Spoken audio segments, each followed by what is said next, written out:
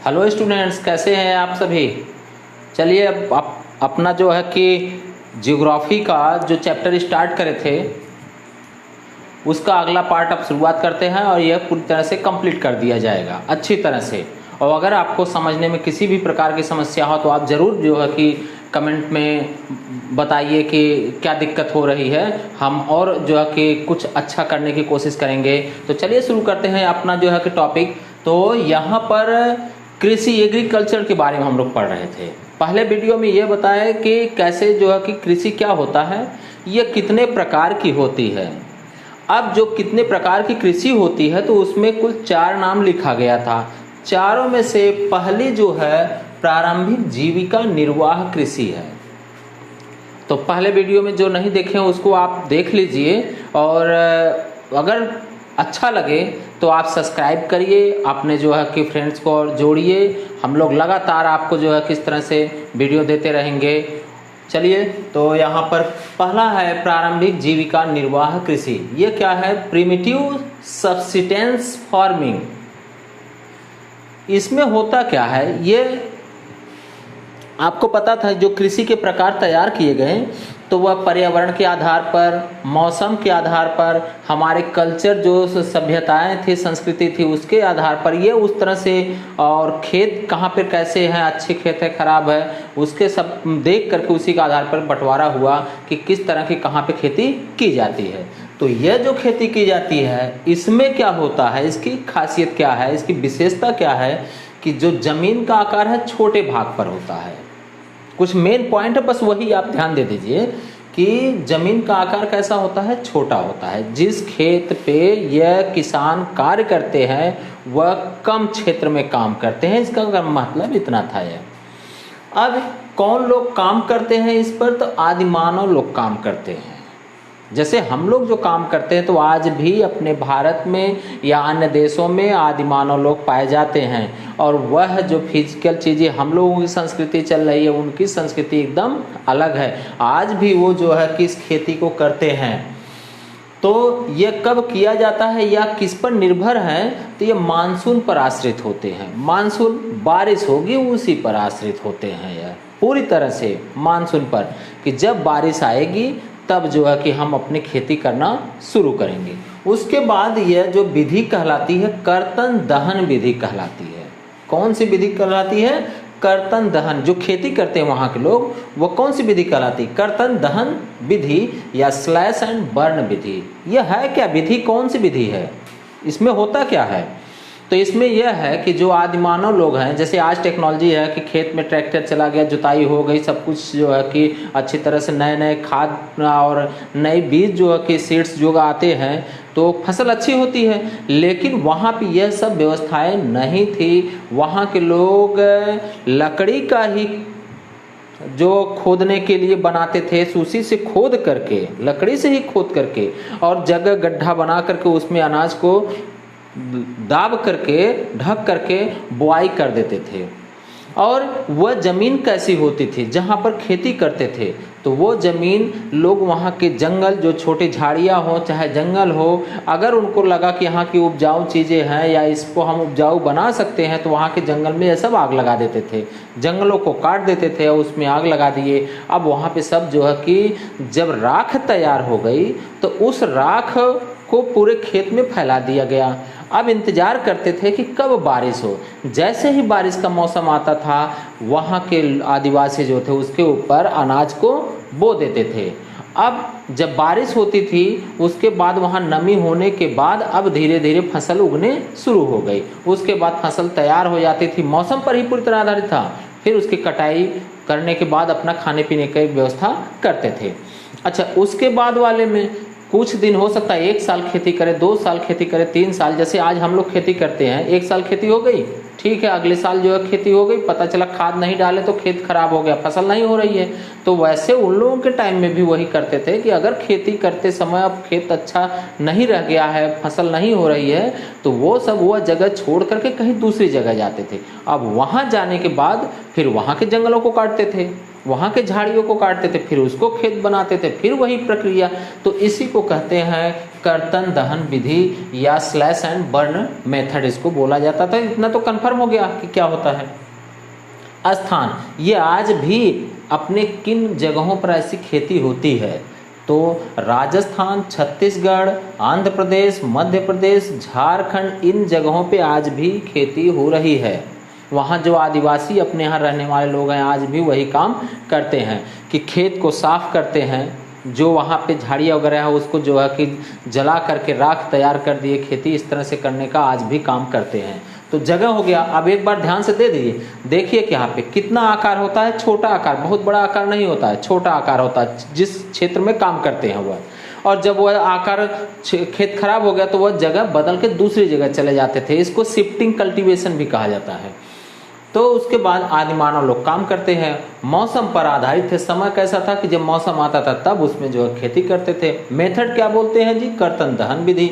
और कहाँ पर ऐसी खेती आज भी हो रही है? तो राजस्थान, छत्तीसगढ़, आंध्र प्रदेश, मध्य प्रदेश और झारखंड में ऐसी खेती होती है। अब इस खेती को कर्तन दहन विधि कहा जाता है, लेकिन और अन्य जगहों पर क्या नाम दिया गया है? जैसे असम, मेघालय, मिजोरम, नागालैंड में इसको झूम या झूमिंग खेती बोलते हैं। कहाँ पर? असम, मेघालय, मिजोरम, नागालैंड में। ठीक। मणिपुर में पालमू बोलते हैं। छत्तीसगढ़, अंडमान निकोबार द्वीप समूह में दीपा बोलते हैं। तो द्वीप समूह से याद रख लीजिए कि दीपा है। मध्य प्रदेश में इसको बेबर या दहिया बोलते हैं। आंध्र प्रदेश में पोडू या पेंडा बोलते हैं। तो कुछ खास चीजें, खैर नाम वही है कि ये जो कर्तन दहन विधि है, जला करके खेत बनाने की विधि जो बनी हुई थी, उसी का नाम अलग अलग है। उड़ीसा में क्या बोलते हैं? पामाडाबी, कोमान या बरिगा। राजस्थान में बालेरे या फिर बाल्टरे। हिमालय वाले क्षेत्रों में क्या नाम दिया गया है? क्या नाम से बोलते हैं इसको? कि खिल खेती करना। झारखंड में कुरुआ बोला जाता है। तो ये तो अपने देश में, अपने राज्य में बोला जाता है। अन्य देशों में क्या बोला जाता है उसी को? जैसे मैक्सिको या फिर मध्य अमेरिका में इसको मिल्पा बोलते हैं। मध्य अमेरिका, मैक्सिको में। वेनेजुएला में क्या बोलते हैं? कोनुको। और ब्राजील में रोका। मध्य अफ्रीका में मसोले। ये इसके नाम है, दो नाम यहाँ पे लिख दिए हैं, जगह इधर नहीं हुई। तो या इंडोनेशिया में लदांग और वियतनाम में रे। किसको बोला जाता है? वही झूमिंग खेती। बर्न, ये जो स्लैश एंड बर्न जो है कि कल्टीवेशन मेथड था, इसी को ये नाम इतना दिया गया है, अलग अलग जगहों पर बोला जाता है। तो इतना तो कंप्लीट हो गया। चलिए दूसरा कौन सी जो है कि खेती है उसको अब अध्ययन किया जाए। अब कृषि के प्रकार में अगला टॉपिक देखा जाए कि इसमें अगली कौन सी कृषि है? तो यह है गहन जीविका कृषि। क्या बोलते हैं इसको? Intensive subsistence farming. दो प्रकार की कृषि है, दूसरे प्रकार की पढ़ रहे हैं हम लोग। तो इसकी क्या विशेषता है? आप इसको तो याद कर लीजिए, और जब याद हो जाए तब उसकी विशेषता पर थोड़ा सा ध्यान दे दीजिए, समझ लीजिए, बस आपको पूरी टॉपिक तैयार हो जाएगी। तो चलिए देखते हैं इसमें क्या विशेषता है कि यह कैसे स्थान पर यह खेती की जाती है। अब कर्तन दहन वाली देख लिए कि वह छोटे एरिया में की जाती है, तो ये भी छोटे एरिया में ही की जाती है, ये भी सीमित भूभाग पर की जाती है। लेकिन वो जगह कैसी होती है? जहाँ पे जनसंख्या घनत्व अधिक होता है, अर्थात जहाँ बहुत लोग रहते हैं, खाने वाले लोग बहुत हैं और जमीन बहुत कम है, ऐसी जगहों पर इस प्रकार की खेती की जाती है। जनसंख्या बहुत ज़्यादा हो लेकिन खाने के लिए तो सबको चाहिए। अब कुछ न कुछ दिमाग लगाया जाएगा, कुछ टेक्नोलॉजी, कुछ खाद, ताकि ज़्यादा से ज़्यादा पैदावार हो, और ज़्यादा पैदावार होगा तभी जो है कि सबको भोजन मिल सकेगा। तो इस खेती को कहा जाता है गहन जीविका कृषि। ठीक, कंफर्म हो गया। इसमें होता क्या है? ज़्यादा से ज़्यादा जो है कि अन्न उत्पादन करने की बात की जाती है, और इसमें रासायनिक उर्वरक और सिंचाई की व्यवस्था, जो तकनीकी सिस्टम है, वो सब इसलिए ज़्यादा लगाया जाता है कि पैदावार ज़्यादा हो। यहाँ पे मापन किया जाता है कि प्रति हेक्टेयर उत्पादन अधिक होना चाहिए। खेती इस तरह से हो कि प्रति हेक्टेयर उत्पादन अधिक होनी चाहिए, इसकी ये मेन विशेषता है। उसके बाद यहाँ पर क्या है कि वैकल्पिक रोजगार न होने के कारण, जनसंख्या अगर बहुत ज़्यादा है तो आप समझते ही हैं कि जनसंख्या जितने तेज़ी से बढ़ेगी बेरोजगारी उतना ज़्यादा बढ़ेगी। तो यहाँ की विशेषता यह है कि यहाँ वैकल्पिक दूसरे जो है कि रोजगार लोगों को नहीं मिल पा रहा था, तो सब उस सीमित भूमि से सोचते थे कि ज़्यादा से ज़्यादा पैदावार कर सकें, इसलिए इसी में लोग निर्भर रहते हैं, ज़्यादातर खेती करने वाले लोग होते हैं।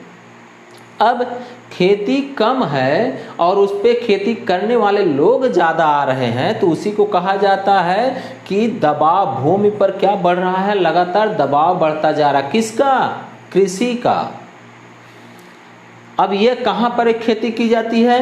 पंजाब, हरियाणा, उत्तर प्रदेश, बिहार, असम, पश्चिम बंगाल, ऐसी जगहों पर जहाँ पॉपुलेशन ज़्यादा है वहाँ पर ऐसी खेती की जाती है।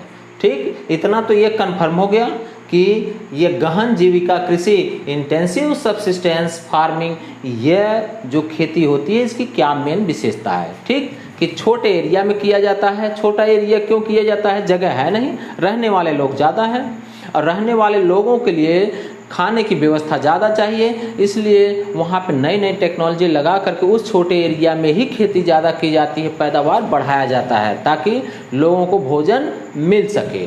अब वहाँ पे पॉपुलेशन ज़्यादा है तो वहाँ पे रोजगार दूसरा न उत्पन्न होने के कारण सब उसमें चाहते हैं कि ज़्यादा से ज़्यादा पैदावार उत्पन्न हो जाए, प्रति हेक्टेयर उत्पादन अधिक होना चाहिए। और जब ज़मीन कम होगी तो उसी को कहा जाता है कि कृषि का दबाव उस पर बहुत बढ़ गया है। कहाँ पर होता है? पंजाब, हरियाणा, उत्तर प्रदेश, बिहार, असम और पश्चिम बंगाल। कन्फर्म हो गया ना इतना टॉपिक। चलिए अगला जो है कि देखा जाए टॉपिक, जो है कि टॉपिक देखिए कि वाणिज्यिक कृषि, कमर्शियल फार्मिंग। कमर्शियल फार्मिंग में यह होता है कि इसकी मीनिंग केवल थोड़ा सा समझ लीजिए कि जो खेती केवल व्यापार करने के लिए, बेचने के लिए की जाती है उसी को हम लोग कहते हैं कमर्शियल फार्मिंग। यह उद्देश्य क्या होता है कि फसल को बेचने या व्यापार करने के उद्देश्य से ऐसा बोया जाता है।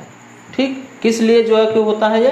बेचने व व्यापार करने के लिए। बहुत सी फसलें बोई जाती हैं, चावल भी है, तो कुछ लोग चावल केवल खाने के लिए यूज करते हैं, लेकिन कुछ लोग क्या है बोते हैं तो बेचने के लिए।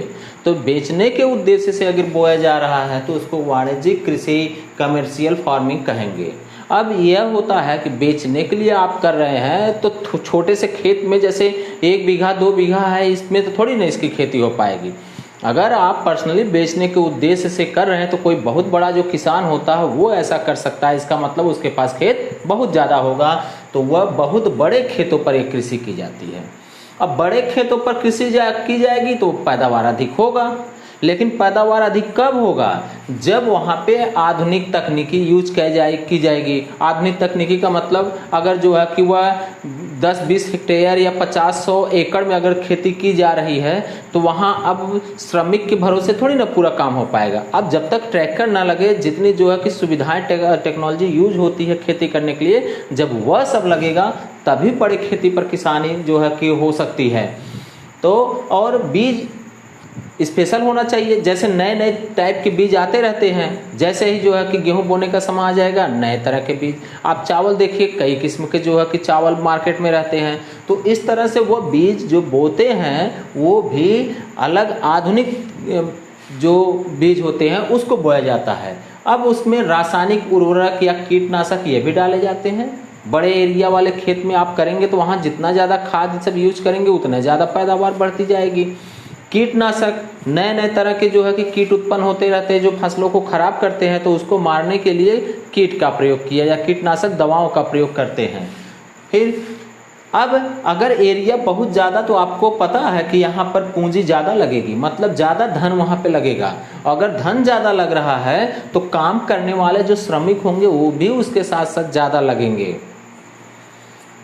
ये किस एरिया में जो है कि कैसे होता है, तो जहाँ पर जैसे उत्तर प्रदेश, हरियाणा, पंजाब में चावल गेहूं जो बोया जाता है ज़्यादातर तो वाणिज्यिक के लिए, मतलब बेचने के उद्देश्य से, व्यापार करने के उद्देश्य से यहाँ पर होता है।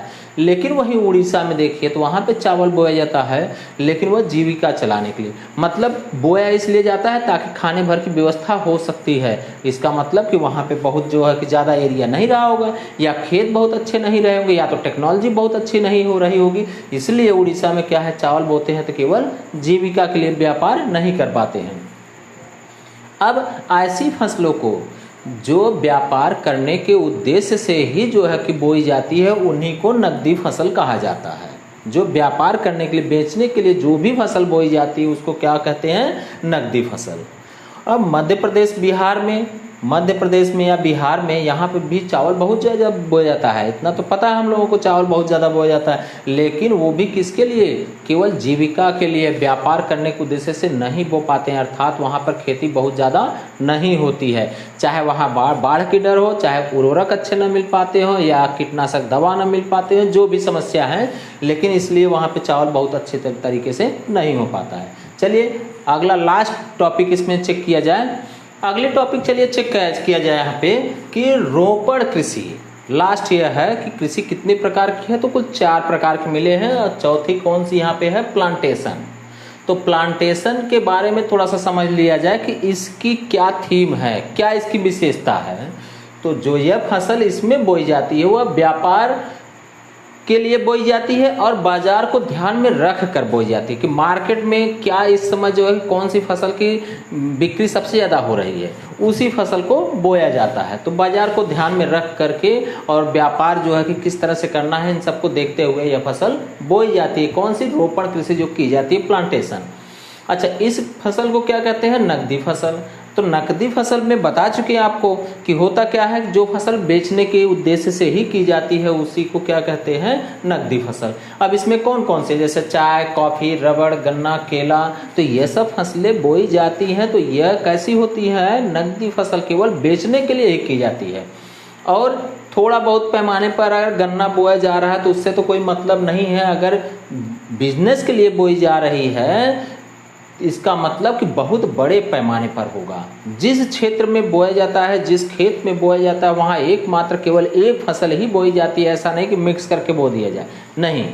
यह प्लांटेशन वाले जो फसल जब होती है, ऐसी कृषि की जाती है, तो वहाँ एक क्षेत्र में, एक खेत में केवल एक ही फसल बोई जाती है, और भी बहुत बड़े पैमाने पर। अगर बड़े पैमाने पर बोई जाएगी तो आपको कन्फर्म है कि पूंजी तो ज़्यादा लगेगी, पैसा उसमें अधिक लगेगा। और अगर बड़े पैमाने पर करें तो आपको तकनीकी भी जो है कि लगाना होगा ताकि आसानी से काम हो, उसमें श्रमिक की भी ज़्यादा ज़रूरत पड़ेगी, क्षेत्र बहुत ज़्यादा होना चाहिए, कुशल प्रबंधन हो। खेती अगर बड़े पैमाने पर कर रहे हैं तो उसकी विशेषता पता होनी चाहिए, किस तरह से कैसी खेती की जाए कि हमें फ़ायदा ज़्यादा से ज़्यादा होगा, इसलिए कुशल प्रबंधन होना चाहिए।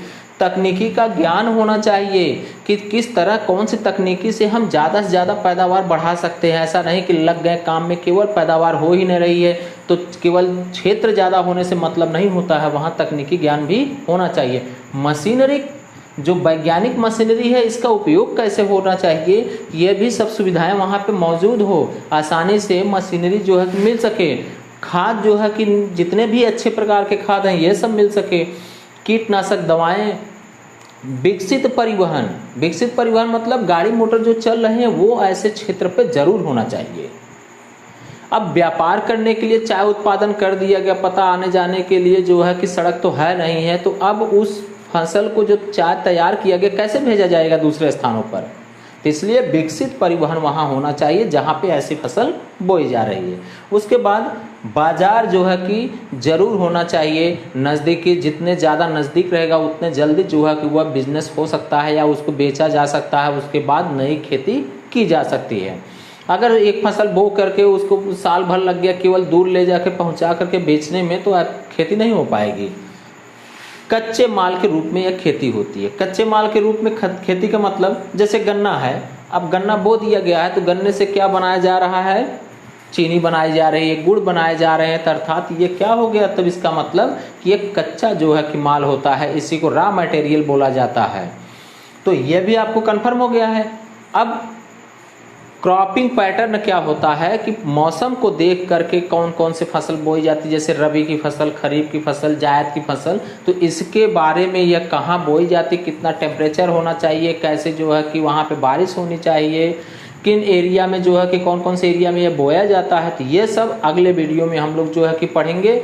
यहाँ तक के लिए अगर आपको अच्छी तरह से समझ में आ रहा है तो आप वीडियो को ज़रूर लाइक कर दीजिए। धन्यवाद।